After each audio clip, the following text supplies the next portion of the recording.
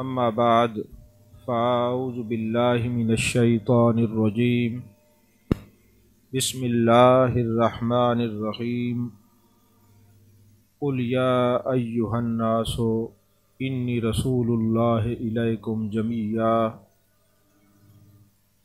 क़ालन नबिय्यु सल्लल्लाहु अलैहि वसल्लम उरसिलतु इलल ख़ल्क़ि काफ़्फ़ा क़ालन नबिय्यु सल्लल्लाहु अलैहि वसल्लम इन्नमा अना रहमतुन मुहदातुन सदक़ल्लाहुल अज़ीम व सदक़ रसूलुहुन नबियुल करीमुल अमीनुल मकीनुर रऊफ़ुर रहीम क़ालल्लाहु तबारक व तआला फ़ी शान हबीबिही मुख़बिरन व आमिरा इन्नल्लाह व मलाइकतहु युसल्लूना अलन नबी या अय्युहल्लज़ीना आमनू सल्लु अलैहि व सल्लिमू तस्लीमा अल्लाहुम्मा सल्लि अला सय्यदना व मौलाना मुहम्मदिन व अला आलि सय्यदना व मौलाना मुहम्मदिन व बारिक व सल्लिम व सल्लि अलैहि अस्सलातु वस्सलामु अलैका या रसूलल्लाह अस्सलातु वस्सलामु अलैका या हबीबल्लाह अस्सलातु वस्सलामु अलैका या नबीयल्लाह अस्सलातु वस्सलामु अलैका या खैर खल्क़िल्लाह। तमाम तारीफ़ें अल्लाह तबारक व तआला के लिए हैं जो खालिक़ कायनात भी है, मालिक शशजिहात भी, जो अहद भी है, समद भी है, जिसकी शान लम यलिद भी है वलम यूलद भी। ला तदाद हदिया दरूद व सलाम बारगाह सय्यदुल अनाम शफ़ी रहमत वाली उम्मत शाह खूबा जान जाना शहनशाह हसीना सैयद सरवरां सयाह ला मकां ततिम्मा दौरा सरखैल ज़ोहरा जमाला राजदान माओहा शाहिद मातगा साहिब अलम नशरा मासूम आमिना अहमद मुज्तबा हज़रत मुहम्मद मुस्तफ़ा सल्लल्लाहु अलैहि वालैहि वसाबिही वबारक वसल्लम की दरबार नाज में अपनी अकीदतों, इरादतों, मोहब्बतों का खिराज पेश करने के बाद अज़ीज़ान मोहतरम, ये मोहब्बत वालों की महफ़िल है, अदब वालों की महफ़िल है, इश्क वालों की महफ़िल है। सूफिया कराम कहते हैं ज़िक्र महबूब विसाल महबूब अस्त।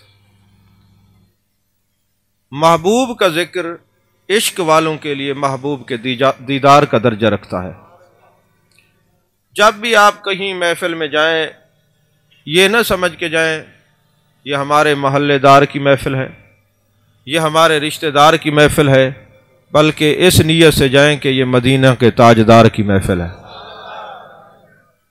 अभी मैंने ये आयत दरूद पढ़ी, मैंने देखा कि काफ़ी लोगों ने दरूद शरीफ पढ़ा और कई संजीदा फ़िक्र के लोग भी मेरे सामने बैठे हुए नज़र आए। याद रखें, जब ये आयत दरूद पढ़ी जाती है इन्नल्लाह व मलाइकतहु युसल्लूना अलन नबी, सब को नहीं है। या अय्युहल्लज़ीना आमनू सल्लु अलैहि व सल्लिमू तस्लीमा, ऐ ईमान वालो तुम भी दरूद और सलाम पढ़ो। जिनको दावत है वो प्यार से, मोहब्बत से दरूद भी पढ़ते हैं और सलाम भी पढ़ते हैं। यहाँ जो तशरीफ़ फरमा लोग हैं सब मोमिनीन हैं, मोहब्बत वाले हैं, इश्क वाले हैं, उल्फत वाले हैं।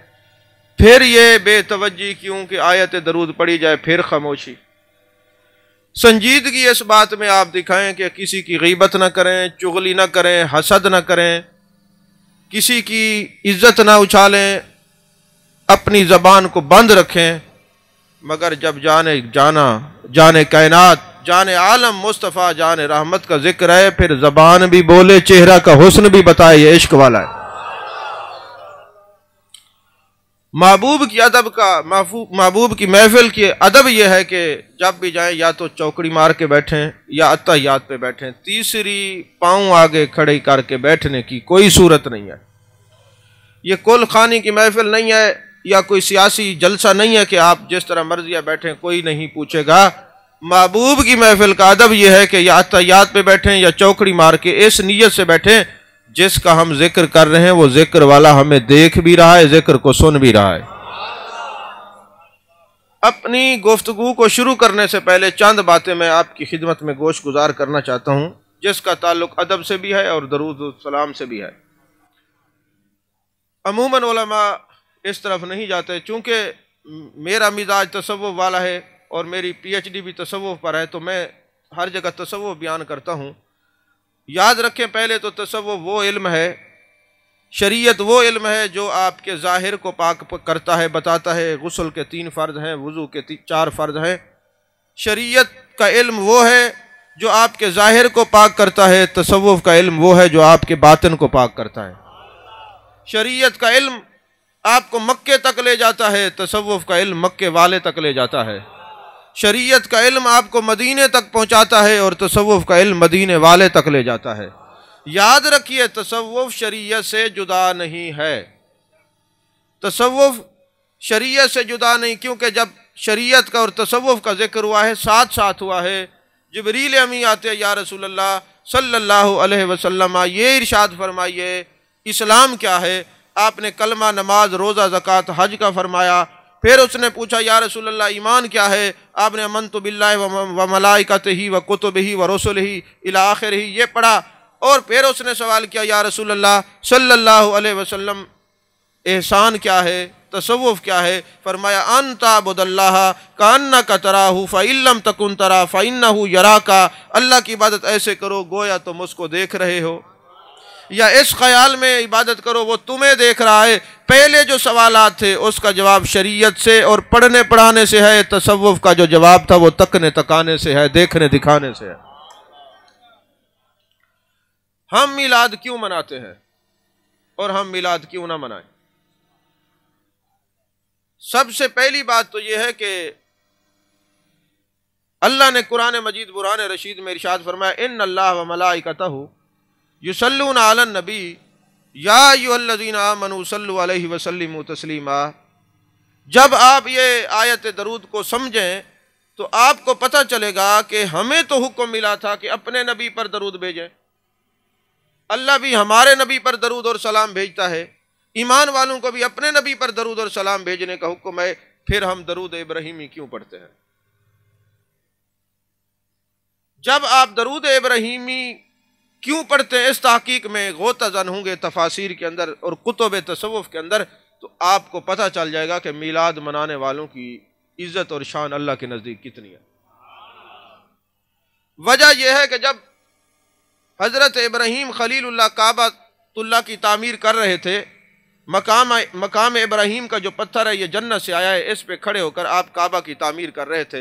ये मनजनी का काम देता था, ये लिफ्ट का काम देता था, ऊपर भी हो जाता था फिर नीचे भी आ जाता था। ये भी आपका मौजज़ा है।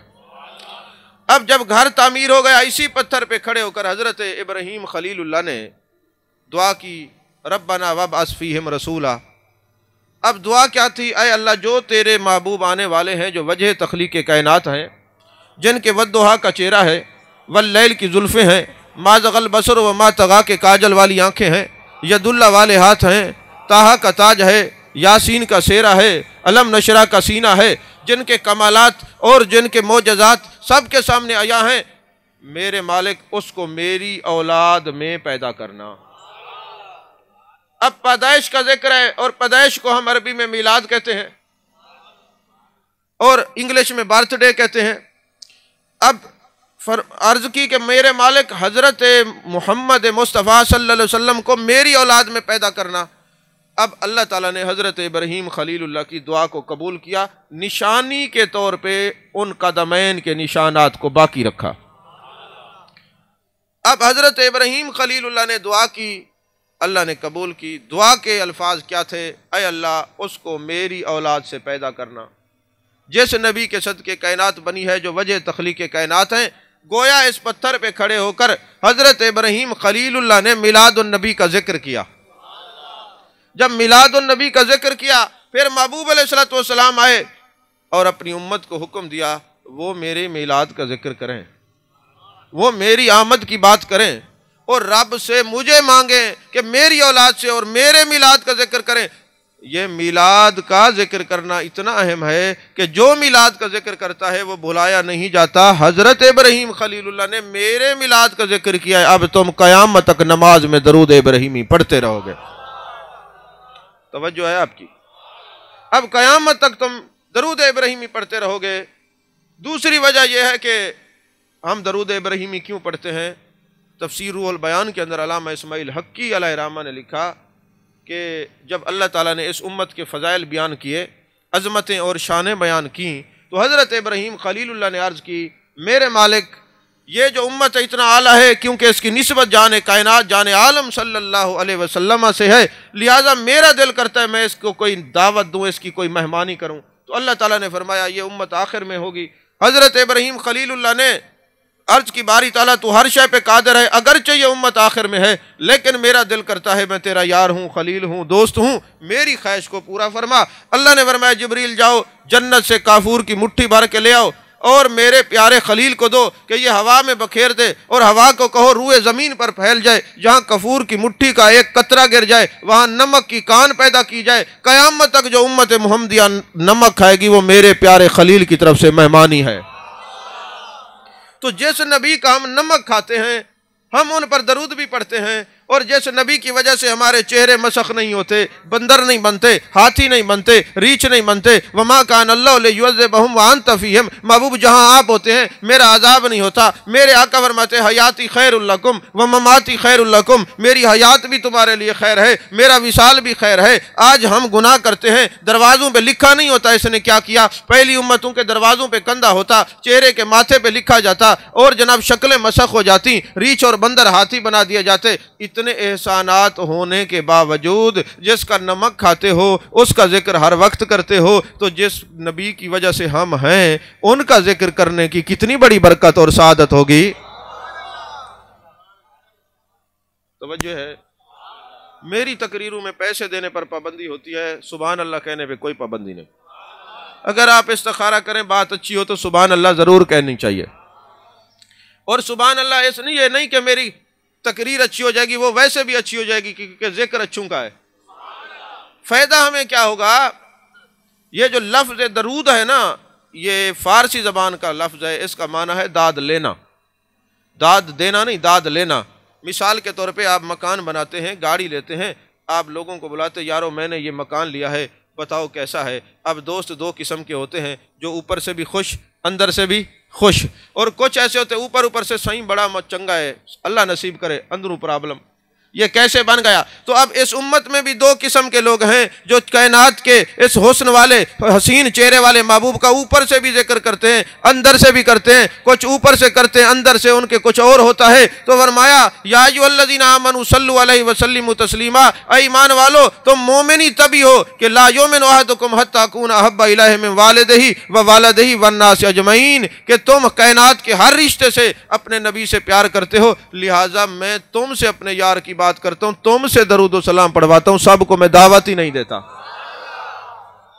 तो दरूद जो है इसका माना है दाद लेना, यानी मैंने अपना यार बनाया है। ऐ ईमान वाले बताओ मेरे नबी का चेहरा कैसा है, मेरे नबी की जुल्फें कैसी हैं, मेरे नबी का सीना कैसा है, मेरे नबी के हाथ कैसे हैं, मेरे नबी के मोजज़ात कैसे हैं, मेरे नबी के कमालात कैसे हैं। तुम जो नबी के कमालात कह के सुभान अल्लाह कहते हो, ये भी दरूद है कि बारी ताला इतना हसीन यार हमें अता फरमाया है। अहले इल्म बैठे हैं, कभी आप गौर फरमाएं, अल्लाह ने कुरान में फरमाया अलम तरा कैफ़ फ़अल रब्बुका बिअस्हाबिल फ़ील, महबूब आपने नहीं देखा हमने हाथी वालों के साथ क्या किया। पता चला जहां महबूब थे देख रहे तो अल्लाह याद करवा रहे, महबूब आपने नहीं देखा। तो जहां थे देख रहे थे तो कहां थे? अपनी वालदा माजिदा के शिका में अथर में थे। ये अस्हाबुल फ़ील वाला वाक़या आपकी विलादत से 55 दिन पहले हुआ है। और जो नबी अपनी माँ के बतन में रहकर अबाबील वाला वाक़या देख सकता है, वो गुंबद खजरा में रहकर अपने गुलामों का दरूद भी सुन सकता है। और फिर जब हजरत अब्बास मुसलमान होते हैं, अर्ज करते हैं आका मैं शुरू से बचपन से मुझे पता था आप सच्चे नबी हैं। मेरे चचा कैसे पता था? फरमाया जब आप पंगूड़े में होते थे आपकी उंगली के इशारे से चांद भी वाजिद में आता था। तो मेरे आका ने जब ये बात सुनी ना, तो मेरे आका ने फरमाया मेरे चचा मैं तुझे इससे और भी अजीब तर बात ना बताऊं? या रसूलल्लाह इरशाद फरमाया मैं माँ की शिका में अतर में रहकर लोहे महफूज पे कलम के चलने की आवाज़ को भी सुनना करता था। लोहे महफूज पर कलम के चलने की आवाज़ को भी सुना करता था। तो जो नबी शिकम अतर में रहकर लोहे महफूज के कलम पे चलने की आवाज़ को सुनता है, और फिर मेरे आका हैं रियाजुल जन्ना में, मा बैन बैती व मिंबरी रोदतुम मिन रियाजिल जन्ना, मेरे घर से लेकर मेरे मिंबर का जो हिस्सा है वो जन्नत का बाग है। आखिर महबूब ने क्यों फरमाया कि ये जन्नत का बाग है? दो वजूहात हैं मुहद्दिसीन ने फरमाया, और तो कई हैं, दो अर्ज कर रहा हूँ। फरमाया पहली वजह तो यह है कि जन्नत में जो कुछ बंदा सोचेगा, मांगे या ना मांगे, अपने लबों को जुम्बश दे न दे मिल जाता है। जब जन्नती जन्नत में होंगे तो जो कुछ भी वो ख्याल करेंगे अल्लाह उनको अता फरमाएगा। तो फरमाया जब तुम रियाजुल जन्ना में आओ, इनकी महफिल में लब कुशाई की जुर्रत मुनासिब नहीं, इनकी महफिल में जुम्बश लब नहीं, चश्म तर चाहिए। तो यानी अभी चश्म तर हुई हैं, दिल में ख्याल है, बिन मांगे अल्लाह अता फरमा देते, इसलिए जन्नत है। और फरमाया दूसरा मा बैन बैती व मिंबरी रोदतुम मिन रियाजिल जन्ना, जन्नत क्यों फरमाया? फरमाया जन्नत में मौत नहीं है, हयात ही हयात है। तो मेरे उम्मतियों, जब तुम मेरे पास आओ तो तुम कहो हम जिंदा नबी के पास जा रहे हैं। और मेरे आका का ये फरमान है, मन ज़ारानी बाद वफाती फ़कान्नमा ज़ारानी फ़ी हयाती, ओ कमा क़ाल अलैहिस्सलाम, जिसने मेरे बाद मेरे मज़ार की ज़ियारत की गोया उसने मेरी ज़िंदगी में मेरी ज़ियारत की। लिहाजा जो मदीने आए ये ना कहे मैं हजूर के रोज़े पर जा रहा हूँ, ये कहे मैं हजूर के पास जा रहा हूँ। तो मेरे आका अलैहिस्सलातु वस्सलाम सुनते हैं, अलम तर कैफ़ फ़अल रब्बुका बिअस्हाबिल फ़ील। आखिर वजह क्या है कि पहले भी काबे पर बड़े हमले होते रहे, अबाबील नहीं आए। महबूब के बाद करबला का मार्का हुआ, यजीद ने काबे पर हमला किया, अबाबील नहीं आए। आखिर इस वक्त कुदरत को क्या ज़रूरत पड़ी थी कि अबाबील भेजे? तवज्जो है आपकी? अगर आप इधर उधर देखेंगे तो यही बात करके मैं तकरीर ख़त्म कर दूंगा। और मेरा मिजाज ऐसा नहीं कि मैं ऐसे लोगों को अपने नबी का जिक्र सुनाऊं जिनकी तवज्जो कहीं और हो। आपको पता है कि तकरीर के जहाँ भी मेरी तकरीर हो, यूनिवर्सिटी में हो, कहीं जो है वो किसी बार के अंदर हो, कहीं भी हो, तो मैं कहता उठ के पैसे नहीं देने। क्यों? इसलिए नहीं, मेरे शेख ने मुझे फरमाया था हमारे जो लोग हैं उनके पास इतना पैसा नहीं होता मगर मोहब्बत कसीर होती है। अब वो सोचते रहेंगे भाई खतीब को इतने पैसे दें, इतने पैसे दें, इतनी देर उनकी तवज्जो अपने नबी के जिक्र से हटेगी। तुम्हें गुनाह होगा पैसे नहीं लेने, ताकि दिल जमी से अपने नबी का जिक्र सुने। तवज्जो है? तो अब पैसे तो आप ना दें ना मैं लेता हूँ, तो इसका मतलब ये नहीं कि आप इधर उधर देखें, इशारे करें, हर जो भी दरवाजे पे सारे देखने लग जाए कौन आया है। ऐसा नहीं है, ऐसे माहौल में मुझसे तकरीर नहीं होती। लेकिन लोग कहते हैं जी आप बड़े लोगों को एक्टिव करके फिर तकरीर सुनाते हैं, माहौल नहीं होता। मैंने कहा माहौल बनाएंगे तो बनेगा ना। हाँ, माहौल बनाना पड़ता है, माहौल बनते नहीं है। बंदा आया अपने नबी के लिए, अपने नबी का जिक्र सुनने के लिए, और फिर ख्याल कहीं और हो। इसीलिए तो महबूब अलैहिस्सलातु वस्सलाम ने फरमाया, दो हदीसें हैं, उम्मत आज तक मुनाजरे कर रही है, ये हदीस ठीक है, वो कहती है वो ठीक है, मैं कहता हूँ दोनों ठीक है। मैंने ताकीद किया दोनों हदीसें ठीक है। कौन सी? एक हदीस ये है, मेरे आका अलैहिस्सलातु वस्सलाम ने फरमाया सब्ज़ गुंबद के मकीन के पास यानी मेरे पास एक फरिश्ता खड़ा रहेगा, क़यामत तक जो भी मेरा उम्मती दरूद और सलाम पढ़ेगा, ये फरिश्ता कहेगा ऐ सब्ज़ गुंबद के मकीन, ऐ सब्ज़ गुंबद के मकीन, फ़लाँ शख्स और फ़लाँ के बेटे ने आप पर दरूद और सलाम भेजा है। वो मुझे बताता रहेगा। कुछ लोगों ने कहा नबी जो हैं वहाँ फरिश्ता खड़ा है, फरिश्ता बताता है, खुद नहीं सुनते। ये हदीस भी ठीक है। और दूसरी हदीस है अस्मा सलात अहले मोहब्बती व आरिफ़ुहुम, जो मोहब्बत से मेरी ज़ात पे दरूद पढ़ता है मैं खुद सुनता भी हूँ, दरूद पढ़ने वाले को देखता भी हूँ। अब इमाम अब्दुर्रहमान सखावी ने इन दोनों हदीस की शरूहात बयान की। फरमाया वजह यह दोनों हदीसें सही हैं। अस्मा सलात अहले मोहब्बती व आरिफ़ुहुम, जो दरूद पढ़ता है मैं दरूद पढ़ने वाले को देखता भी हूँ और दरूद सुनता भी हूँ, पहचानता भी हूँ। वो कौन सा दरूद है? जब आप सारे लोगों से मुंह मोड़कर सिर्फ अपने नबी की मोहब्बत में बैठकर दरूद पढ़ते हैं, फिर हुक्म होता है मेरे महबूब ये आपकी मोहब्बत में सब को छोड़ के दरूद पढ़ें, आप तवज्जो फरमाएं इनकी तरफ, इनका दरूद भी सुने, इनको देखें भी सही। और फिर दूसरा दरूद, चूंकि दरूद हर हाल में कबूल है, बेख्याली में पढ़ें, दोस्तों में बात कर रहे हैं, रास्ते में चल रहे हैं, ख्याल कहीं और है, महबूब दुआ वो दरूद रद्द वो भी नहीं होगा। तो लिहाजा जो बेख्याली का दरूद हो आपकी शान के खिलाफ है, इसका ख्याल कहीं और हो, आपका ख्याल इसकी तरफ हो, फिर हमने फरिश्ते की ड्यूटी लगाई है, वो आपको बताएगा। वो आप ना सुने, वो सुने जो मोहब्बत से आप पर दरूद पढ़ रहे हैं। तवज्जो है आपकी? ये दोनों दरूद हैं। अच्छा, फिर अगली बात यह भी सुनिए, अल्लामा अब्दुर्रहमान सखावी अलैहि रहमा ने क्या कहा। फरमाया वो जो गुम्बद खजरा पे खड़ा हुआ है ना, जो बताता है सब्ज गुम्बद के मकी फलां शख्स फलां का बेटा आप पर दरूद पढ़ रहा है, वो एक नहीं दो नहीं आपकी 10 पुश्तों का नाम लेता है। 10 पुश्तों का। अल कौल अल बदी के अंदर देख लीजिए, ना हो मेरे पास है, ये मैं हदीस आपको दिखाऊंगा और किताबों में भी है। 10 पुश्तों का नाम लेता है, ऐ सब्ज गुम्बद के मकी फलां शख्स फलां का बेटा फलां का पोता फलां का पड़पोता, 10 पुश्तों के नाम लेता है। अब्दुर्रहमान सखावी फरमाते हैं कभी गौर करना 10 पुश्तों के नाम क्यों लेता है।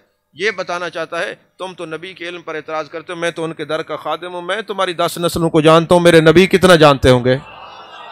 और दूसरा अब्दुर्रहमान सखावी ये भी कहते हैं, वो ऐलान करता है या रसूल अल्लाह 10 नस्लों से मैं जानता हूँ, इसकी निस्बत ठीक है, नसब ठीक है, बद असल नहीं है, ये हलाली है, क्योंकि ये दरूद पढ़ रहा है। इसका नसब ठीक ना होता तो उसकी जबान पे दरूद ही जारी नहीं होता। 10 पुश्तों से मैं गवाही देता हूं इसका नसब ठीक है, ये बद असल नहीं है, इसके नसब में खता नहीं है। तवज्जो है आप अजीज़ान मोहतरम। मैं अर्ज कर रहा था, बुख्त नसर ने हमला किया काबे पर, अबाबील ना आए। फिर जनाबे वाला यजीद ने हमला किया, अबाबील ना आए। आखिर कुदरत को क्या पड़ी थी, इस वक्त अबाबील क्यों भेजे। कहा बात दरअसल ये है कि 55 दिन बाद महबूब का मिलाद था। जमीन वाले मिलाद की खुशियां मना रहे हैं, आसमान वाले मिलाद की खुशियां कर रहे हैं, चरिंद परिंद हशरातुल अर्ज, हत्ता के चांद भी तारे भी जमीन के करीब आ गए रोशनी फैलाने के लिए, इस खुशी में कि महबूब की जलवागरी है। तो फरमाया कि अब चूंकि 55 दिन बाद मेरे नबी का मिलाद है, और जो मिलाद उन नबी की खुशियों को मिटाने आएगा, हम उसको सवास्ती से मिटा देंगे। अब आप मुझे बताएं कितना मिलाद उन नबी की खुशियां अल्लाह को पसंद है। तवज्जो है आप। अगली बात, अभी मैंने तकरीर शुरू नहीं किया, आप लोगों का मिजाज देख रहा हूं, क्योंकि आप मेरे सामने पहली दफा बैठे हैं। हाँ जी, आपका मिजाज मुझे समझ आ गया तो तकरीर करूंगा, वरना अब तकरीर खत्म हो जाएगी। ये जो शहद की मक्खी है ना, शहद की मक्खी, इसके ऊपर आप भी ताकीक करें। शहद की मक्खी के बारे में मौलाना रूम ने मसनवी शरीफ के अंदर, किताब का हवाला मैं पहले दूंगा। मुझे अक्सर उलमा कहते हैं जी हम तकरीर कर कहते हैं, पीछे लोगों का फ़ोन आ जाता है, हज़रत ये जो बात की कहाँ लिखी है। मैंने कहा मुझे आज तक किसी का फ़ोन नहीं है, मैं किताब का नाम पहले बता दूँ। मसनवी शरीफ के अंदर मौलाना रूम ने हदीस लिखी है, रिवायत लिखी है, मेरे आका अलैहिस्सलाम जंग से वापस आ रहे थे, शहद की मक्खियाँ आ जाती हैं, भिन भिनाने लग जाती हैं। और मौलाना रूम ने कहा देखने वालों को लगा भिन भिना रही है, मुझे तो लगा अपनी किस्मत पे वाजिद कर रही है कि आज ज़ियारत हुई है। महबूब से साहबा ने पूछा या रसूल अल्लाह सल्लल्लाहु अलैहि वसल्लम, ये इरशाद फरमाएं ये क्या कहती हैं। मेरे आका ने फरमाया तुम कह रहे थे ना खाने के लिए रोटियां तो मौजूद है, सालन मौजूद नहीं है, ये शहद की मक्खियाँ आई हैं और ये कह रही हैं कि हजूर ये वादी के अंदर एक छत्ता लगा हुआ है, किसी अपने गुलाम को भेजें वो शहद ले, आप भी तनावल फरमाएं, अपने गुलामों को भी खिलाएं। अब साहबा गए, शहद लेके आ गए, फिर वो मक्खियाँ आके भिन भिनाने लग गई। मेरे आका अलैहिस्सलाम ने इरशाद फरमाया मेरे साहबा तुम्हें पता है ये क्या कह रही हैं। या रसूल अल्लाह आप बेहतर जानते, इरशाद फरमाए। फरमाया मैंने इनसे पूछा है कि जब तुम जाती हो फलों के ऊपर बैठती हो, फूलों पे बैठती हो, तो जो पानी वहाँ से लेके आती है वो बद ज़ायका होता है, वो फीका होता है या खट्टा होता है, ये खटास मिठास में कैसे बदलती है। तो शहद के मक्खियों ने जवाब दिया अल्लाह ने इल्का किया, कुरान में है ये कि मक्खियों पे अल्लाह इल्का करता है, वही भेजता है। कब हमें इल्का किया है हमारे रब ने कि जब तुम ये खटास वाला पानी लेके आओ तो मेरे नबी पर दरूद पढ़ते आना, ये खटास दरूद की वजह से मिठास में बदल जाएगी। तो मौलाना रूम फरमाते हैं कि उम्मतियों जब ये मक्खी नबी के ऊपर दरूद पढ़ती है तो उसका वो पानी खटास वाला मिठास में बदल जाता है, जब तुम दरूद पढ़ते हो तुम्हारे गुनाह नेकियों में बदल जाते हैं। यही वजह है कि एक फरिश्ता इधर बैठा नेकियां लिखता है, एक गुनाह लिखता है। कभी ऐसा नहीं हुआ कि ये नेकियां लिख रहा हो और ये भी काम कर रहा हो, ये फारिग होता है, ये कुछ लिख रहा होता है तो ये फारिग होता है। दोनों बैक वक्त कभी हरकत में नहीं आते, सिवाय एक वजह से जब कोई दरूद पढ़ता है ये 10 गुनाह मिटाता है, ये 10 नेकियां लिखता है, ये 10 गुनाह मिटाता है। लेकिन इस वक्त आप चूंकि साइंस ने हमें बिल्कुल जिस चीज़ का कोई इनकार करता है ना अपने महबूब की अजमत का, साइंस के ज़रिए अल्लाह ताला उसका जवाब ज़रूर देता है। अब आप जानते हैं ना कि कुछ अर्सा पहले एक किताब छपी थी कि जी माँ के पेट में बेटा है या बेटी, ये अल्लाह के अलावा किसी को इल्म नहीं। अल्लाह की अता से कुरान कहता है इल्म है, लोगों ने किताबें लिखी, किसी को नहीं है। जब उन्होंने इस बात के पसे पर्दा मेरे आका के इल्म पर इनकार किया तो अल्लाह तबारक व तआला ने साइंस के ज़रिए जवाब दिया। अब बहुत बड़ी दाढ़ी होती है, बेगम को लेकर अल्ट्रासाउंड वाले के पास जाते हैं और पूछते हैं सही दसो धी है कि पोत्र है, होता है कि नहीं होता। अब बंदा उससे पूछे किताबों में तुमने ये कागज काले किए हैं और दिल भी काले किए हैं कि किसी को पता नहीं, किसी नबी वली को पता नहीं चलता। आज अल्ट्रासाउंड को कैसे पता चल गया बेटा है या बेटी है? जो तुम इनकार महबूब पे करोगे अल्लाह बढ़ के उसका जवाब जरूर देगा कि ये जब साइंस है, ये मादियत है, जब इसको इतना तरक्की हासिल है तो फिर रूहानियत और विलायत और नबूवत को कितना तरक्की होगी। फिर लोगों ने कहा जी बारिश का इल्म किसी को नहीं है, किस वक्त होगी। अब जब कोई फंक्शन रखना होता है तो कहते पुत्र देखी जरा नेट से फलाने ने फंक्शन है, बारिश तो नहीं आवनी। वो कल तो तुम किताबों में कुछ लिखते थे, अब करते कुछ हो। जब असहाब कहफ की कलमा पढ़ाने की बारी आई, मेरे आका ने अपने चारों सहाबा को बिठाकर भेजा कि जाओ असहाब कहफ को कलमा पढ़ा के ले आओ। तो लोगों ने कहा यह कैसे हो सकता है। चादर पे बिठाया और चादर उड़ गई और हजारों मील की मसाफत थोड़ी देर में कैसे तय हो गई, अकल नहीं मानता। अल्लाह ने जवाब दिया जहाज बन गए। अब आप यहां से बैठते दुनिया के जिस मुल्क में जाना चाहें वो हजारों दिन की मुसाफत आप घंटों में तय कर लेते हैं कि ये जिस तरह तुम जा सकते हो वो तो मेरे नबी के सहाबा हैं, उनके करम से वो भी जा सकते हैं। फिर एक बंदा उठा, उसने यूरोप में किताब लिख मारी, ये किरामन कातिबीन कंधों पे बैठे हैं, ये कैसे वीडियो बनाते हैं। यौमइज़िन तुहद्दिस व अख़बारहा, क़यामत वाले दिन ये उस दिन कैसे ये खबरें चलेंगी, ये कैसे होगा। कुछ अरसे के बाद अल्लाह ने ऐसा कैमरा बना दिया, कंधों पे रख के वीडियो बना रहे हैं। कहा जैसे उस वक्त फरिश्तों पे इनकार करते थे इसी तरह वीडियो बनाई जाती है। एतराज अज़मत मुस्तफ़ा का लोग करते हैं, जवाब अल्लाह की कुदरत देती है। बस ये साइंस के जरिए अल्लाह जवाब देता है कि ये मामला है। अच्छा, तो इस वक्त आप सोशल मीडिया के जरिए देखा जा सकता है, काफ़ी सारी वो वीडियोज़ मौजूद हैं नेट के ऊपर कि ये जो शहद की मक्खी है ना, इसके अंदर एक मलका मक्खी होती है जिसके सर के ऊपर ताज होता है। बस आप तशरीफ रखें मेहरबानी। इसके सर के ऊपर ताज होता है, वो सारी मक्खियों की सरदार होती है। बात अगली सुनने की है। अब जब ये मक्खियां जाती हैं पानी लेने के लिए, वो रस लेने के लिए, तो जब ये वापस आती है ना तो ये सब को इजाज़त नहीं होती कि छत्ते के अंदर दाखिल हो। वो मलका मक्खी दरवाजे पे बैठ जाती है, आने वाले मक्खियों का मुंह सूंघती है। अगर उनके मुंह से दरूद व सलाम की खुशबू आए तो आने देती है, वरना वहीं उसको कत्ल कर देती है। तवज्जो रखिए बात को। उसका सर धड़ अलहदा कर देती है। आप जाएं कभी कहीं छत्ता लगा हुआ हो मक्खियों का शहद का तो जाके तजर्बा कीजिए, आपको काफ़ी मक्खियाँ मिलेंगी जिनका सर अलहदा होगा, धड़ अलहदा होगा।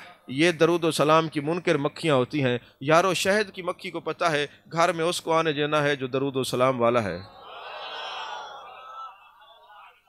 आपको क्यों नहीं पता चल सका आज तक। फिर अगली बात ये अलामा दमीरी ने लिखा कि कत्ल करने की 3 वजूहात हैं। एक, इसने दरूद क्यों नहीं पढ़ा, और दूसरा यह है दरूद व सलाम पढ़ने वाली मक्खी गंदगी पर बैठे तो मुंह सूंघ लेती है, पढ़ती दरूद हो बैठती गंदगी पर हो। और तीसरा यह है कि वहां छत्ते के अंदर नर और मादा मक्खियों का अलहदा अलहदा घर होता है। नर अगर मादा के उस केबन के अंदर जाए और मादा नर के केबन में जाए तब भी कत्ल कर देती है कि दरूद व सलाम पढ़ने वालों को किसी के घर में नहीं झांकना चाहिए। नहीं समझ आई बात आपको? मैं बहुत कुछ कह गया हूं, अगर आपको समझ में आ गई है तो दरूद व सलाम पढ़ना मोहब्बत नहीं है। दरूद व सलाम जिस पर पढ़ते उनके हुक्म पर अमल करना भी जरूरी है। अज़ीज़ान मोहतरम, अल्लाह ने कुरान में इरशाद फरमाया, कुल या अय्युहन नासु इन्नी रसूलुल्लाह इलैकुम जमीया। महबूब इन सब लोगों से फरमा दीजिए मैं सब का रसूल हूँ। और सिलतु इलल खल्क़ि काफ़ा, जितनी चीज़ें अल्लाह ने तख्लीक की है मैं सब का रसूल हूँ। और फिर मेरे आका अलैहिस्सलातु वस्सलाम ने फरमाया मा मिन शैइन इल्ला व यअलमु अन्नी रसूलुल्लाह सल्लल्लाहु अलैहि वसल्लम, कायनात की हर शय जानती है मैं अल्लाह का रसूल हूँ। कायनात की हर शय जानती है मैं अल्लाह का रसूल हूँ। एक मरतबा ऐसा हुआ, हमारे अहले सुन्नत के एक बहुत बड़े आलिम हैं जिनको मुहद्दिस आज़म पाकिस्तान के नाम से दुनिया जानती है, हज़रत अल्लामा मौलाना सरदार अहमद साहब रहमतुल्लाह अलैह। आप फरमाते मैं लैलपुर में पढ़ता था, तो जो मकतबा था वो दूसरे मकतबा फ़िक्र के एक आदमी का था। एक दिन ऐसा हुआ कि मैं उसके मकतबे गया तो उन्होंने कहा मौलाना आप ये बताएं, आप हजूर के इल्म गैब को मानते हैं? आपने फरमाया हाँ, आलिमुल गैब अल्लाह है, मेरे आका मुत्तली अलल गैब हैं। कब अल्लाह इतला देता है? ये मुस्तफ़ा जाने या मुस्तफ़ा का खुदा जाने। उन्होंने कहा अच्छा फिर एक बात बताएं। गुस्ताख था, एक तिनका उठा के कहता है मौलाना ये बताएं, इस तिनके को महबूब जानते हैं? तो दारमी शरीफ की मौलाना सरदार अहमद साहब ने हदीस पढ़ी, फरमाया मौलाना ये बताओ ये हदीस है? वह मकतबे से दारमी शरीफ उठा के कि मेरे आका ने फरमाया कायनात की हर शय मैं जानती है, मैं अल्लाह का रसूल हूँ। तो आपने फरमाया मौलवी ये बता, ये तिनका जानता है अल्लाह के रसूल हैं? कहते जी जानते। कहते अकल है तेरी कि तू भैंस लिए फिरता है कि तिनका जाने ये मेरे रसूल हैं, मेरा रसूल नहीं जानता ये तिनका है? तो फरमाया कुल या अय्युहन्नास इन्नी रसूलुल्लाह इलैकुम जमीआ, कायनात की हर शय जानती है मैं अल्लाह का रसूल हूँ। यही वजह है मेरे आका अलैहिस्सलाम दरख्तों से गुजरते हैं। मुस्लिम शरीफ की हदीस है, मौला अली रावी है, फरमाया अस्सलातु वस्सलामु अलैका या रसूलुल्लाह की आवाज़ आती है। मैं अर्ज करता हूँ या रसूलल्लाह ये सलाम पढ़ने वाला कोई नहीं, ये आवाज़ आ रही है। मेरे आका फरमाते ये दरख्त मुझ पर दरूद सलाम पढ़ रहे हैं, ये पत्थर मुझ पर दरूद सलाम पढ़ रहे हैं। मेरे आका पर सलाम दरूद सलाम कैसे पढ़ते हैं? अस्सलामु अलैका या रसूलल्लाह, अस्सलातु वस्सलाम अलैका या रसूलल्लाह। खैर आप तो दरख्तों और पत्थरों की बात करते हो, तफसीर अजीज़ी उठाइए। मेरे मुस्तफ़ा करीम सल्लल्लाहु अलैहि वसल्लम फरमाते हैं, हदीस पाक तफसीर अजीज़ी में भी है, दूसरी किताबों में, जब क़यामत का दिन होगा अल्लाह ताला खाना काबे को फरिश्ते भेजेगा कि सजाओ, दुल्हन की तरह मुरस्सा करो और मेरी जो जन्नत में लेके आओ। अल्लाह के महबूब फरमाते खाना काबा को सजाया जाएगा, दुल्हन की तरह जेवरात उसको पहनाए जाएंगे। फिर वो फरिश्ते कहेंगे ऐ बैतुल्ला चल, तुझे जन्नत में ले जाने के लिए आए हैं। मेरे आका फरमाते हैं ये बैतुल्ला कहेगा मुझे जन्नत में ना ले जाओ, पहले मुझे दर मुस्तफ़ा पे ले जाओ सल्लल्लाहु अलैहि वसल्लम। जो सिर्फ काबे पड़े रहते हैं, मदीने जाने का नाम नहीं लेते, उनको भी देखना चाहिए बैतुल्ला खुद मेरे मुस्तफ़ा का आशिक है। वो खुद बेचैन रहता है मैं महबूब की बारगाह में हाजिरी दूं। मेरे आका ने फरमाया फिर 70,000 फरिश्ते बैतुल्ला को उठाकर मेरे पास लेके आएंगे, जहां आज आशिक खड़े होकर सलाम पढ़ते हैं, ये बैतुल्ला भी खड़ा होकर मुझे सलाम भेजेगा। और अल्फाज क्या होंगे? ये आते ही कहेगा अस्सलातु वस्सलामु अलैका या रसूलल्लाह। लगता है मिजाज ये भी अपना ही रखता है। समझ नहीं आई बात आपको? तो मेरे आका फरमा रहे हैं ये मुझे आके कहेगा अस्सलामु अलैका या रसूलल्लाह, ये मुझे सलाम करेगा, फिर मैं जवाब दूंगा वालैकुम सलाम या बैत अल्लाह, वालैकुम सलाम या बैत अल्लाह। फिर मैं बैतुल्लाह से सवाल करूंगा ए बैतुल्लाह ये बता मेरे उम्मतियों के साथ क्या सलूक करेगा? तो बैतुल्लाह मुझे कहेगा ए जाने कैनात, जाने आलम, मुस्तफ़ा जाने रहमत सल्लल्लाहु अलैहि वसल्लम। आपने फरमाया है 120 रहमतें हर वक्त काबे पर होती हैं, 60 रहमतें उसके लिए जो तवाफ़ करता है, 40 उसके लिए हैं जो इबादत कर रहा है, और 20 उसके लिए जो कुछ नहीं कर रहा, मोहब्बत से काबे को तक रहा है। काबे को तकने से भी नेकियां मिलती हैं, रहमतें मिलती हैं। तो फिर मेरे आका फरमाते मैं उससे पूछूंगा बता मेरे उम्मतियों के साथ क्या सलूक करेगा? आपको पता है काबे में तवाफ़ के कितने चक्कर होते हैं? 7। बोलिए 7 चक्करों की हिकमत क्या है? आज तकरीर आप मालूमात ही लेके जाएंगे। आप जाएंगे तो ये नहीं है कि कोई गवियों की तरह गा के चला गया, पता ही नहीं समझ नहीं क्या है, आपको याद रहेगा कि कोई तकरीर सुनी है आपने। तो 7 चक्कर क्यों है? फरमाया 7 चक्कर इसलिए हैं कि जहन्नम के दरवाजे 7 हैं, जो प्यार से आके काबे का तवाफ़ करेगा, इधर से तवाफ़ खत्म, उधर से जहन्नम के 7 दरवाजे बंद हो जाते। यही वजह है कि शैतान अपनी ज़िंदगी में 4 मरतबा रोया है। कितनी मरतबा रोया है? 4 मरतबा रोया। पहली मरतबा रोया जब वो शैतान बना। अब मुझे कोई आलिम, कोई मुहद्दिस, कोई मुफ्ती बता दे शैतान क्यों बना है? वजह क्या है? वजह यह है कि उसने आदम को सजदा नहीं किया। आदम को सजदा नहीं किया। सजदा इबादत नहीं था, माज़अल्लाह सजदा ताज़ीमी था। तो गोया उसने, शैतान ने क्या कहा? ऐ अल्लाह तू खालिक है, मालिक है, माबूद है, तेरे सिवा कोई इबादत के लायक नहीं। बात तो ठीक है, आप बात करें तो अल्लाह आपको पसंद फरमाए, शैतान बात करे तो शैतान बना दे। वजह क्या है? वजह यह है कि शैतान ने कहा मेरे मालिक तू माबूद है, खालिक है, इलाह है, सब कुछ है, तुझे सजदा करूंगा, लेकिन तेरे आदम को नहीं मानता। अल्लाह ने फरमाया मेरे नबी को छोड़ के जो मुझे माने, बात सच भी हो तब भी शैतान बना दूंगा। तो कहा चूंकि ये मेरे नबी को छोड़ के मुझे मानता है, तो जो नबी को छोड़ के खुदा को मानेगा वो शैतान है, इबलीस है, और जो नबी को मान के मुझे मानेगा ये तौहीद रहमानी है, शैतानी नहीं है। समझ आ रही है बात? और दूसरी मरतबा शैतान कब रोया? जब जमीन पे फेंका गया। अब जैसे नबी से मिलता है कहते मुझे क्यों निकाला है बताएं, रब से पूछ के बताएं, मुझे अल्लाह ने ज़मीन पे क्यों फेंक दिया, इतने बड़े मकाम से मनसब से क्यों नीचे फेंक दिया। हज़रत मूसा कलीमुल्लाह को मिलता है, जी अल्लाह मुझसे नाराज़ है, राज़ी करवा दें। प्यारे हज़रत दाऊद अलैहिस्सलाम को मिला, दूसरे लोगों को मिला। हज़रत मूसा कलीमुल्लाह ने अल्लाह की बारगाह में अर्ज़ की, बारी ताला ये शैतान मरदूद रोज़ आ जाता है और कहते अल्लाह को कहें मुझसे राज़ी हो जाए तो आप राज़ी हो जाएं। अल्लाह ने फरमाया इसका रोना ना देख, रोने वाले सारे सच्चे नहीं होते, रोने वाले सारे सच्चे नहीं होते। आप किसी को टीवी पे देख ले रो रहा है मगरमच्छ के आंसू, आप कहते ये बड़ा सच्चा है, हर रोने वाला सच्चा नहीं होता। तो बड़ा रोया। हज़रत मूसा कलीमुल्लाह को अल्लाह ने फरमाया अच्छा ठीक है, अगर हम तेरी बात नहीं मानेंगे तो ये शैतान फतवे लगाएगा, अल्लाह नबी की बात नहीं मानता, उसको कहो मेरे आदम की मज़ार पे चला जाए, सजदा कर ले, मैं राज़ी हो जाऊँगा। जब शैतान ने ये सुना उसने कहा ज़िंदगी जो समझना नहीं, मज़ार से बनो, हम नहीं जाते। आज जो मदीने ना जाए तो इनका बुजुर्ग भी नहीं गया, नहीं समझ आई बात। हम जाते ना हज पे तो वहाँ कई लोग होते हैं, वो कहते जी हम मक्के से वापस जाएंगे, हमने कहीं और जाना है। तो मैंने कहा तुम जा भी नहीं सकते क्योंकि हजूर ने फरमाया दज्जाल पूरी दुनिया में जाएगा, मेरे शहर में आ ही नहीं सकता। और फिर ये सख्त अल्फाज इसलिए बोलते हैं जो मदीने का मुनकर हो हमारा कुछ नहीं लगता, हाँ हमारा वो सब कुछ लगता है जो मदीने वाले का मोहब्बत करने वाला है, जो नबी का गुलाम है, वो हमारा इमाम है, वो हमारे सर का ताज है, आंखों का नूर है, दिल का चैन और सरूर है। और फिर कहा मैंने ज़िंदगी में नहीं माना, मैं मज़ार पे कैसे जाऊँ, मैं नबियों के मज़ार पे नहीं जाता। चलो एक फ़िक्र पैदा हो गई कि उसने एक दफ़ा कहा था मैं नबी की मज़ार पे नहीं जाता, उसके चेले चांटे और उसकी रूहानी औलाद आज भी नहीं जाती, मक्के से होके वापस आ जाते हैं। और तीसरी मरतबा शैतान कब रोया, जब मेरे आका अलैहिस्सलाम की विलादत हुई।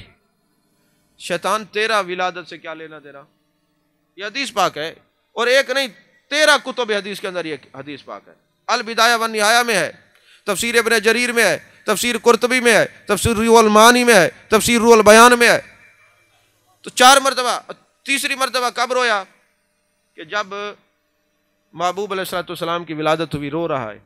उसके चेलों ने पूछा क्यों रो रहा है, उसने कहा बात यह है इस नबी का इस्म इतना बरकत वाला है, 350 साल आदम अलैहिस्सलाम तौबा तौबा करते रहे, आखिरकार एक मरतबा अर्ज़ की बारी ताला तुझे इस नबी का जिसका नाम मोहम्मद है, इस नाम का वास्ता है, मुझसे राज़ी हो जा। तो कहते मैं रो इसलिए रहा हूँ कि 350 मैं भी ड्यूटी 300 साल करता रहा, लेकिन उन्होंने आदम अलैहिस्सलाम ने नबी के नाम का वसीला पेश किया, खुदा राज़ी हो गया। तो जिस नबी के इस्म में इतना बरकत है, उस नबी के जिस्म में कितना बरकत होगी।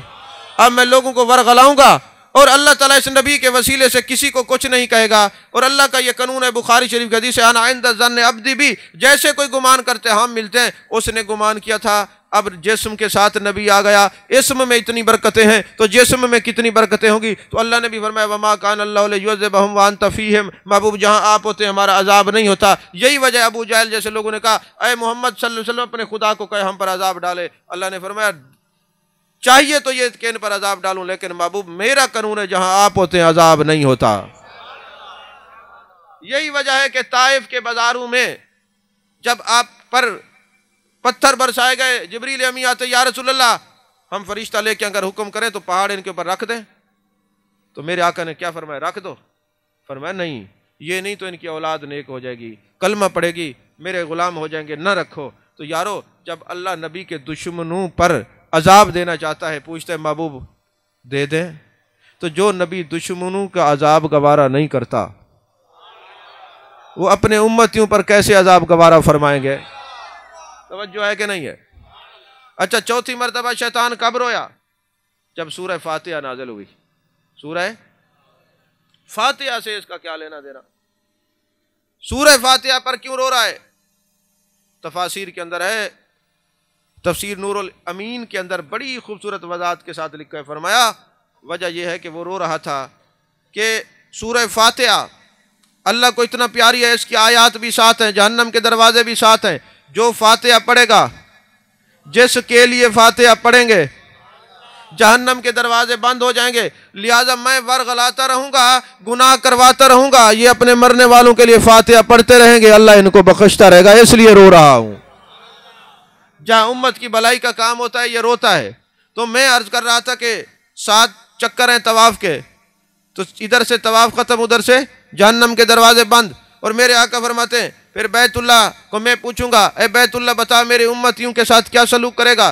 तो बैतुल्लाह अर्ज करेगा, या रसूल अल्लाह सल्लल्लाहु अलैहि वसल्लम, जो मेरी तरफ चल के आए मैं उनकी शफात करूंगा, जिन्होंने मुझे मोहब्बत से देखा मैं उनकी शफात करूंगा। मेरे आका फरमाते फिर मैं उससे सवाल करूंगा, अय बैतुल्लाह ये बता जो नहीं आए इसी तमन्ना से दुनिया से चले गए, उनकी शफात कौन करेगा? तो बैतुल्लाह मुझे कहेगा, या रसूल अल्लाह जिसका कोई नहीं आप तो हैं, मैं उनके लिए आपकी बारगाह में शफात का तलबगार बन के आया हूं,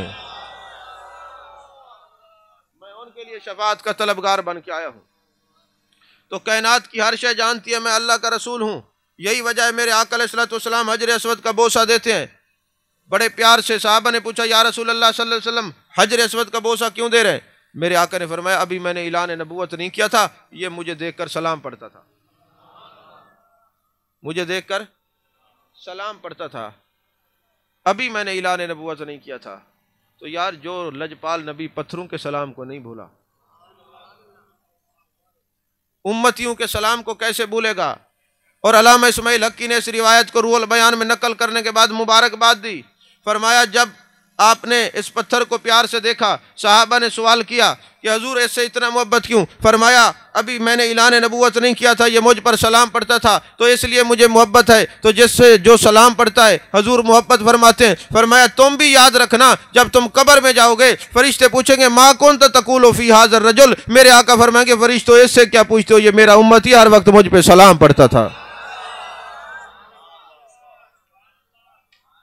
सरे दास्त एक और बात भी आपसे करता चलूं, यहां हम सरकार का नाम आता है ना अंगूठे चूमते हैं, कई लोग नहीं चूमते, कई एतराज़ भी करते हैं, कईयों को प्रॉब्लम भी होती है। ना चूमें, ये मुस्ताहब है, मुस्ताहब ये फ़र्ज़ नहीं है, वाजिब नहीं है। मुस्ताहब अमल वो होता है जो करो तो सवाब है, ना करो तो गुनाह है, गुनाह नहीं है। लेकिन ऐसा है फुक़हा ने लिखा कि सारे चूम रहे और एक अक्कड़ के बैठा, हो सकता है इस वजह से अल्लाह उसको जहन्नम में भेजे, तूने मेरे नबी की ताज़ीम क्यों नहीं की। तो जो है आपकी अमल ये मुस्ताहब है, लेकिन आकड़ की वजह से जहन्नम में लेके जा सकता है। हजरत ख्वाजा कमरुद्दीन सियालवी रहमतुल्लाह अलैह से किसी ने पूछा अंगूठे चूमना क्या है? फरमाया फ़र्ज़ है। कहाँ लिखा है? जी कुरान में लिखा है। उन्होंने कहा कहाँ लिखा है? फरमाया ये बताओ जो अंगूठे चूमता है वो अल्लाह के नबी की ताज़ीम करता है या माज़ अल्लाह तौहीन करता है? उन्होंने कहा जी ताज़ीम करता है। पक्की बात है जी, पक्की बात है। फरमाया अल्लाह ने भी तो यही फरमाया, व तुअज़्ज़िरुहु व तुवक्किरुहु, मेरे नबी की ताज़ीम और तौकीर करो। ये नहीं फरमाया कैसे करो, किस तरह करो, किस पैमाने की करो, किस गिनती की करो, जो भी ताज़ीम का पहलू है करो। ये तो कुरान से साबित है, ये तो कुरान से साबित है। तो अब हम एक अंगूठा चूमे तो वो कहते हैं जनाबे वाला किस लिए चूमते हो? हम कहते हैं जी आदम अलैहिस्सलाम ने चूमा था, हजूर का नूर नजर आया था, उन्होंने चूमा, तो इसलिए जो औलाद आदम है वो चूमती है। वो कहते चले मान लिया आदम अलैहिस्सलाम को तो नूर नजर आया था, तुम्हें नजर आते तुम चूमते हो। फिर हम भी कहते हैं हाँ आदम अलैहिस्सलाम को नूर नजर आया था, उन्होंने चूमा था। फिर हजरत इब्राहीम अलैहिस्सलाम को शैतान नजर आया था, उन्होंने कंकरियां मारी थी। आप हज पे 3 दिन कंकरियां मारते, आपको नजर आता है? नहीं समझ आई यार, बोलो तो सही सुभान अल्लाह। आपको नजर आता है? वो कहते जी इब्राहीम अलैहिस्सलाम तो नबी थे। मैंने कहा हजरत आदम नबी भी हैं, नबियों के बाप भी हैं। अगली बात जो करने लगा हूं आपको खुशी होगी अगर खुशी वाले हैं तो। मेरे आका अलैहिस्सलातु वस्सलाम का नाम है, हम अंगूठे चूमते हैं। हमारे इलाके में एक साहब थे, अब भी जिंदा हैं, अल्लाह उनको सियत दे और हिदायत भी दे। वो अक्सर हमारे साथ बातें किया करते थे, जहाँ में देखते जी ये बताएं आप अंगूठे क्यों चूमते हैं। हुआ ये कि 2010 में हम हज पर गए, वो भी गया हुआ था अपनी बेगम समेत। अब वो गया ना तो हजर अस्वद के सामने खड़े कहते बिस्मिल्लाह अल्लाहु अकबर, चूमते। मैंने उसका हाथ पकड़ लिया। मैंने कहा हजरत एक बात तो बताएं, वहाँ आप एक अंगूठा नहीं चूमने देते, यहाँ 4 उंगलियाँ चूम रहे, आखिर क्यों? फुक़हा ने लिखा ये खामद है, 4 इसकी बीवियां, आप इसको चूमते नहीं और यहाँ जब आप उंगलियां चूम रहे हैं, मुझे बताएं क्यों चूम रहे हैं? क्या ये बताएं जब आप ये तसव्वुर करते हैं, इस्तलाम का माना सलाम है, आप सलाम करते हैं तो हजर अस्वद को पता होता है? हाँ जी आप आलिम नहीं है, आपको नहीं पता। हदीस पाक है, मेरे आका अलैहिस्सलातु वस्सलाम ने फरमाया जो हजर अस्वद है ना, इसकी 2 आँखें और ज़बान है, जो इसका इस्तलाम करेगा क़यामत वाले दिन ये उसकी शफाअत करेगा और कहेगा या रसूलल्लाह फ़लाँ शख्स और फ़लाँ का बेटा आया था, उसने इस्तलाम किया था और मैं इसकी शफाअत करता हूँ। हदीस पाक है, ये हदीस है, सच सही है। तो मैंने कहा अच्छा ये बताएं, अब रश बड़ा है, हम करीब नहीं जा सकते, चूम नहीं सकते। यहां से खड़े होकर पत्थर का तस्वुर करें और चूम लें, ये शफाअत करेगा? कहते हाँ। मैंने कहा मौलाना तुम्हें तुम्हारा अकीदा मुबारक, तुम इस पत्थर का तस्वुर करके चूमो, ये पत्थर तुम्हारी शफाअत करेगा। हम मुस्तफ़ा का तस्वुर करके चूमते, हमारी मुस्तफ़ा भी शफाअत करेंगे, हजर अस्वद भी शफाअत करेगा। तवज्जो है आप? फिर मेरे आका ने फरमाया कायनात की हर शय जानती है मैं अल्लाह का रसूल हूं। काफ़ी जितनी सीरत की किताबें हैं ना, उनको लेके पढ़ें, आपको एक वाक़या मिलेगा, हवाला मिलेगा, और कुछ नहीं। तो ये जो तबलीगी जमात वाले हजरात, तबलीगी निसाब पुराने, अब तो उन्होंने फ़ज़ाइल अमाल नाम रख लिया, उसके अंदर फ़ज़ाइल दरूद का बाब था, इन्होंने अब निकाल दिया, पहले था लेकिन वो अलहदा मिल जाता है, अब भी मिल जाता है। तो फ़ज़ाइल दरूद का बाब निकालें, उसको खोलें तो आपको एक चीज़ मिलेगी, आपको दिल बड़ा खुश होगा। उसमें लिखा हुआ है कि हज़रत सैयदना सिद्दीक़ अकबर रज़ी अल्लाह ताला अन्हु के घर में दो पत्थर थे, एक का नाम था मुत्तका, एक का नाम था मुतकल्लिम। मुत्तका का माना है तकिया लगा के बैठने से है मुत्तका, और मुतकल्लिम का माना है कलाम करने वाले। जब जाने कायनात जाने आलम मुस्तफ़ा जाने रहमत सल्लल्लाहु अलैहि वसल्लम हज़रत सिद्दीक़ अकबर के घर में जाते तो आहिस्ता आहिस्ता लुढ़कता हुआ वो मुत्तका आपके करीब आता, महबूब तकिया लगा के बैठे रहते। वो जो मुतकल्लिम है जितनी देर जाने कायनात बैठते वो पढ़ता अस्सलामु अलैका या रसूल अल्लाह, अस्सलामु अलैका या हबीब अल्लाह, अस्सलामु अलैका या नबी अल्लाह। अरे सिद्दीक़ अकबर, आपकी कब्र अनवर पे करोड़ों रहमतें हूँ, आप तो आपके घर वाले तो घर वाले, आपकी आल औलाद तो आल औलाद, वालिदैन तो वालिदैन, आपके घर के पत्थर भी मेरे मुस्तफा से इतना प्यार करते हैं। हजरत सिद्दीक़, क्योंकि पत्थर जानता है और पत्थर ही नबी दा नाम है ते दरूद पढ़ पवे, तुसा चुप रहो तो अरमान तलक से। तो पत्थर है मुतकल्लिम, हर वक्त महबूब अलैहिस्सलातु वस्सलाम पे दरूद पढ़ता है। और इमाम बैकी ने लिखा, मेरे आका अलैहिस्सलातु वस्सलाम हजरत अब्बास के घर में तशरीफ ले गए, मेरे आका ने दुआ फरमाई, बंदा कोई नहीं था, दीवार ने कहा आमीन, फिर मेरे आका ने दुआ फरमाई आमीन। हजरत अब्बास कहते मैंने पूछा या रसूल अल्लाह सल्लल्लाहु अलैहि वसल्लम ये दीवार से आमीन की आवाज़ आ रही है? फरमाया ये जानती है मैं अल्लाह का रसूल हूँ, मेरी आवाज़ पे आमीन कह रही है। और नबी का नाम है, दीवारें बोल पड़ती हैं, पत्थर बोल पड़ते हैं, शजर बोल पड़ते हैं, हजर बोल पड़ते हैं। अच्छा, फिर मुस्नद अबू याला की दो हदीसें हैं। एक हदीस पाक ये है, मेरे आका अलैहिस्सलातु वस्सलाम जब जंग बदर हुई ना, तो मेरे मुस्तफ़ा करीम सल्लल्लाहु अलैहि वसल्लम नमाज पढ़ा रहे हैं, नमाज में मुस्कराते हैं। जब मुस्कराते हैं साहबा ने पूछा या रसूल अल्लाह, अल्लाह आपके चेहरे को इसी तरह हंसता मुस्कराता रखे, आप नमाज में क्यों मुस्करा रहे थे? अब यहाँ तसव्वुफ का एक बाब खुलता, लेकिन मेरी मजबूरी है, मैं बयान नहीं कर सकता, सारे महरम नहीं है। जब कोई बंदा नमाज पढ़ रहा हो इमाम के पीछे, वो इमाम के चेहरे को देखता है, तो साहबा को कैसे पता लगा मुस्करा रहे? समझ में आ रही है बात कि नहीं आ रही? अब मैं इस राज को नहीं बोलता, बस किसी वजह से खामोश हो रहा हूँ, कैमरे भी लगे हुए हैं और सारे मुतहम्मिल भी नहीं है। अब वो महबूब मुस्करा रहे हैं, साहबा अर्ज करते आका अल्लाह आपके चेहरे को हंसता मुस्कराता रखे, क्यों मुस्करा रहे थे? मेरे आका ने फरमाया अभी अभी जो 5000 की फौज लेके जिब्रील अमी आए थे ना, जंग बदर में लड़ाई हुई है, अब ये वापस चले गए। जब हरीम नाज के पर्दे के करीब गए, अल्लाह ने पूछा जिब्रील मेरे यार से इजाज़त लेके आए हो? नहीं समझ, मेरे यार से इजाज़त लेके आए हो? यार रब्बल आलमीन नहीं इजाज़त ली। फरमाया मन युतीर रसूल फ़क़द अता अल्लाह, जो अल्लाह के रसूल की इताअत करते अल्लाह की इताअत है। जब हमने तुझे मुस्तफ़ा करीम के पास भेजा था, अब इजाज़त लेके वहां से आना चाहिए था, जाओ इजाज़त लेके आओ।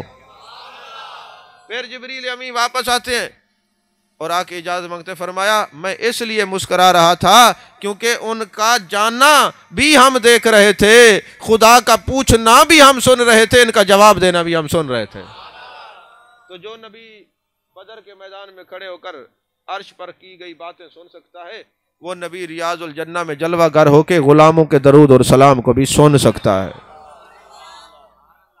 तवज्जो है कि नहीं? दूसरी हदीस पाक, यह भी मुस्नद अबू याला में है। मेरे आका अलैहिस्सलातु वस्सलाम ने फरमाया, मेरे आका आराम फरमा रहे थे, एक दरख्त आता है आपके सामने, ऐसे झुकता है फिर वापस, फिर झुकता है फिर वापस, फिर झुकता है फिर वापस, आपकी आंखें बंद हैं। लेकिन मेरे आका ने फरमाया मेरी आंखें ज़हरी बंद होती हैं, दिल की आंखें खुली रहती हैं। जैसे मैं आगे से देखता हूँ वैसे पीछे से देखता हूँ। अब मेरे आका करीम सल्लल्लाहु अलैहि वसल्लम से साहबा ने पूछा हुजूर ये मामला है? फरमाया हिया शजरातुन, इस्ताज़नत रब्बहा अन तुसल्लिम अला रसूलिल्लाह सल्लल्लाहु अलैहि वसल्लम। ये दरख्त है, हिया शजरतुन, ये दरख्त है, और ये अपने रब से इजाज़त मांग रहा था, ऐ अल्लाह मुझे इजाज़त दे मैं तेरे नबी पर सलाम पढ़ूँ। ये दरख्त है, साहबा को नहीं पता था ये दरख्त है, पता था। फरमाया हिया शजरतुन, मुहद्दिसीन ने फरमाया सलाम पढ़ने वाले इतना प्यारे हैं, मेरे मुस्तफ़ा बार बार कहते ए दरख्त है, ए दरख्त है, ए दरख्त है। फरमाया जब कोई उम्मती दरूद पढ़ता है तो मेरे आका फरिश्तों में और अपने सहाबा में मज़ार मुक़द्दस में फरमाते ये मेरा फलां गुलाम है, ये मेरा फलां गुलाम है।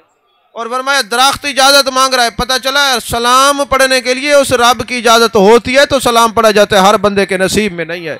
तो अगर दरख्त लकड़ी का आशिक हो तो मुस्तफ़ा पे सलाम पढ़े, मुस्तफ़ा वो सुनते हैं। तो ये गोश्त पोस्ट वाला आशिक हो तो ये सलाम पढ़े तो मेरे मुस्तफ़ा क्यों नहीं सुनते। अजीज़ान मोहतरम, मेरे आका अलैहिस्सलाम के सामने खैबर के मौके पर ज़हर आलूद बकरी रखी गई। मेरे आका ने बकरी के ऊपर हाथ रखा, बकरी बोल पड़ी। अब उसको कितनी मौतें आई थी, सिबा हुई थी एक मौत, फिर उसको पकाया गया था आग पे दूसरी मौत, फिर उसको जहर आलूद किया गया था तीसरी मौत। 3 मौतों के बाद महबूब के सामने तो बकरियां बोल पड़ी हैं और अर्ज करती है या रसूलल्लाह सल्लल्लाहु अलैहि वसल्लम हमें ना खाइएगा क्योंकि जहर मिला हुआ है, जहर मिला हुआ है। तो महबूब के सामने एक मरतबा एक औरत आती है, या रसूलल्लाह सल्लल्लाहु अलैहि वसल्लम ये मेरा बच्चा है, 6 माह इसकी उम्र है, अगर ये आपके सामने गवाही दे दे कि आप सच्चे नबी हैं मैं मुसलमान हो जाऊंगी। वो नादान ये सोच रही थी कि 6 माह का बच्चा बोलता है, उसको क्या पता जिसके सामने पत्थर बोलते हैं, दरख्त बोलते हैं, उस नबी का क्या कमाल होगा। मेरे आका करीम सल्लल्लाहु अलैहि वसल्लम ने बच्चे के सर पे हाथ रखा, फरमाया या बुनैया मन आना, मैं कौन हूँ मेरे बच्चे। उसने कहा अंत रसूलुल्लाह सल्लल्लाहु अलैहि वसल्लम, अंत रहमतल लिल आलमीन, अंत महबूब रब्बिल आलमीन। जब ये सुना तो महबूब ने पूछा माँ इसमुक, तेरा नाम क्या है। कहते जी मेरा नाम माँ ने तो अब्दुल उज़ा रखा है, जैसे आपने मेरे सर पे हाथ रखा है मेरी निगाह सीधी लोहे महफूज पे गई, वहां अब्दुल अजीज लिखा हुआ है। ये बच्चे 6 माह के नहीं बोलते, कहा बिल्कुल नहीं बोलते, कानून ये है मगर यार का हाथ आ जाए तब बोलते हैं। चलो ये तो बच्चा था, इंसान था। जब मेरे आका ने जंग में मुट्ठी भर के मट्टी की डाली थी कुफार के ऊपर, अल्लाह ने फरमाया वमा रमायता इज़ रमायता वलाकिन अल्लाह रमा, वमा रमायता आपने नहीं मारी, इज़ रमायता जो आपने मारी, वलाकिन अल्लाह रमा वो आपके रब ने मारी। अच्छा ये आप जरा तवज्जो फरमाएं, इधर कोई कंकरियां उठा के हम फेंकेंगे ना तो सबको लगेंगी ना, लेकिन महबूब ने जो मट्टी उठा के फेंकी थी उसमें कंकरियां थी या मट्टी के ज़रात थे। घुमसान की जंग हो रही है, अब अल्लाह जाने कौन आशिक है कौन मुनाफिक है, ये तो अल्लाह बेहतर जानता है ना। लेकिन उन पत्थरों को कंकरियों को किसने समझा दिया अबू बकर सिद्दीक पे नहीं गिरना, फारूक आजम पे नहीं गिरना, उस्मान गनी पे नहीं गिरना, मौला अली पे नहीं गिरना। महबूब ने फेंकी, वो गिरी तो काफिरों पे गिरी, मुशरिकीन पे गिरी। आखिर वजह क्या है कि कुफार और मुशरिकीन पर वो मिट्टी के ज़र्रात क्यों गिरे, जिसके नाक पे आए नाक गया, सर पे गए सर गया, वो वहीं पे सारे ढेर हो गए। यारो यार के हाथ में मट्टी आ जाए उसमें शऊर आ जाता है, हिजाबात उठ जाते हैं, उसको पता चल जाता है कौन आशिक है कौन मुनाफिक है। इसलिए हम अल्लाह वालों के हाथ में हाथ देते हैं ताकि दिल के हिजाबात उठ जाए। किसी के हाथ में आना हाथ लाजमी है, तवज्जो है कि नहीं है। तो अब कंकरियों को पता चला। अच्छा मसनवी शरीफ के अंदर एक वो रिवायत है ना कि अबू जाल हाथ में कंकरियां लेके आया और कहता है जी मेरे हाथ में क्या है। महबूब ने फरमाया मैं बताऊं जो चीज़ हाथ में वो बताए। कंकरियों ने कलमा पढ़ा कि नहीं पढ़ा। अच्छा महबूब को तो पता था ये कंकरियों को कैसे पता बहर महबूब खड़े।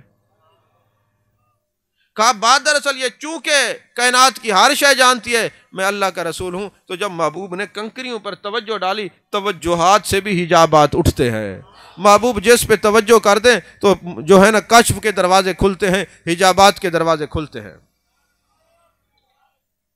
2 बातें हम अमूमन तौर पे ना इस्तेमाल करते रहते हैं, शफ़ी अल मुज़निबीन नबी अल उम्मी, शफ़ी अल मुज़निबीन नबी अल उम्मी।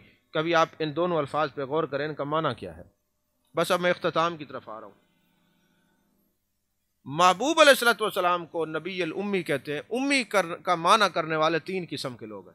एक हैं जोहला, एक हैं उलमा और एक है सूफिया। जोहला माना करते हैं अनपढ़, उलमा कहते हैं नहीं नहीं, उम्मी का माना है ऐसा इल्म जो किसी इंसान ने ना पढ़ाया हो, जो इल्म खुद रहमान जिसको पढ़ाया उसको उम्मी कहते हैं। अर रहमान अल्लमल कुरान, फरमाया जिनको खुदा खुद पढ़ाया उसको उम्मी कहते हैं, जिसको किसी इंसान ने ना पढ़ाया हो। और सूफिया कहते हैं उम का माना है जड़, उम का माना है रूह, उम का माना है माँ, उम का माना है असल।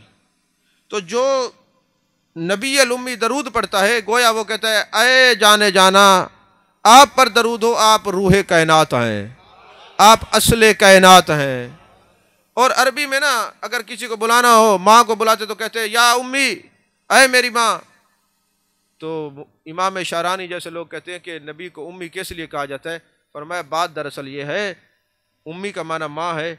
जब कभी माँ के सामने किसी के बेटे की पिटाई हो तो माँ बर्दाश्त नहीं करती और उसको कभी दुपट्टे में इस तरफ छुपाती है, कभी इस तरफ छुपाती है कि मेरे बच्चे को सज़ा न मिले। कहा जब क़यामत का दिन होगा मेरे मुस्तफ़ा ग़ुलामों को कमली में कभी इस तरफ छुपाएंगे, कभी इस तरफ छुपाएंगे, इसलिए नबी अल उम्मी कहते हैं,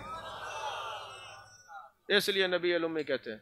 और दूसरा लफ्ज़ है शफ़ी, शफ़ी अल मुज़निबीन। आप हज़रात जानते हैं कोई बंदा मकान बेचे ना या कोई प्लाट बेचे तो उसका हमसाया जाके एक केस दायर कर देता है, एक वहाँ पे दावा फाइल करता है जनाब ये इस पर मेरा हक है, उसको क्या कहते हैं शुफा। जिसने वो दावा दायर किया उसको करने वाले को कहते हैं शफ़ी।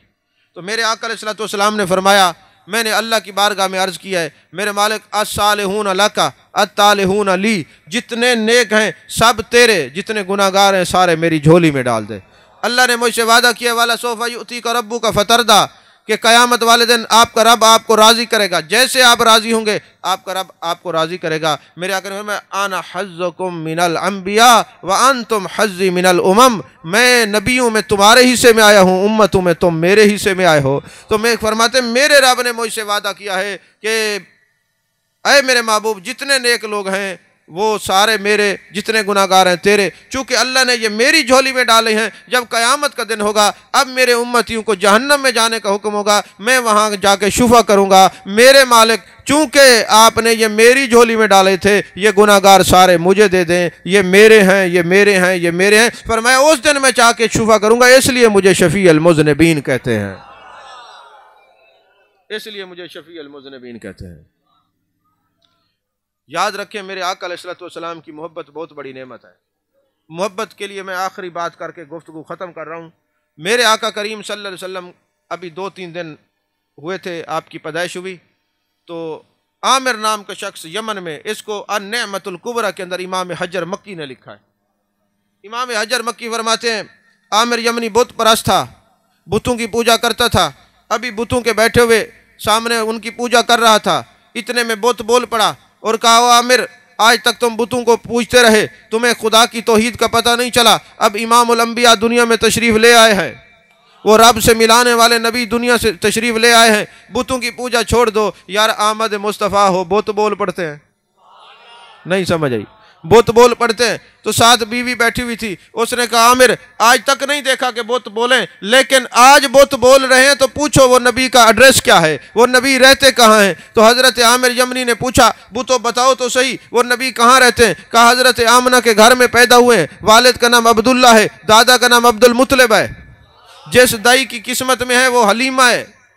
तो अब पूरा वो तकरीर कर रहा है, बुत महबूब का नाम आया तो बुत भी बोल पड़ा, और विलादत का जिक्र कर रहा है कि मेरे आका दुनिया में तशरीफ़ ले आए, आज इतने दिन के हो गए, मेरे आका की पैदाइश हो चुकी, मक्के में रहते हैं, बैतुल्ला के साथ आपका घर है, हज़रत आमना के घर में रहते हैं। हज़रत आमिर यमनी ने जब सुना जूती नहीं पहनी, वहाँ से चल पड़े यमन से महबूब अलैहिस्सलाम का दीदार करने के लिए। अब पाँव के ऊपर छाले हैं, चलते चलते 40 दिन के बाद जब मक्का पहुँचते हैं, दरवाजे पे दस्तक देते हैं। हज़रत आमना पूछते मन दक्कल बाब, ए दरवाजे पे आने वाले कौन हो? अम्मा जान इतनी दूर से आया हूँ, मैं नबी का आशिक जार हूँ। ये जो तेरे घर में लख्त जिगर आए हैं, जो आपके साहबजादे हज़रत मोहम्मद सल्लल्लाहु अलैहि वसल्लम तशरीफ़ लाए हैं, मैं इतनी दूर से चल के आया हूँ। हज़रत आमना ने कहा तुझे कैसे पता चला?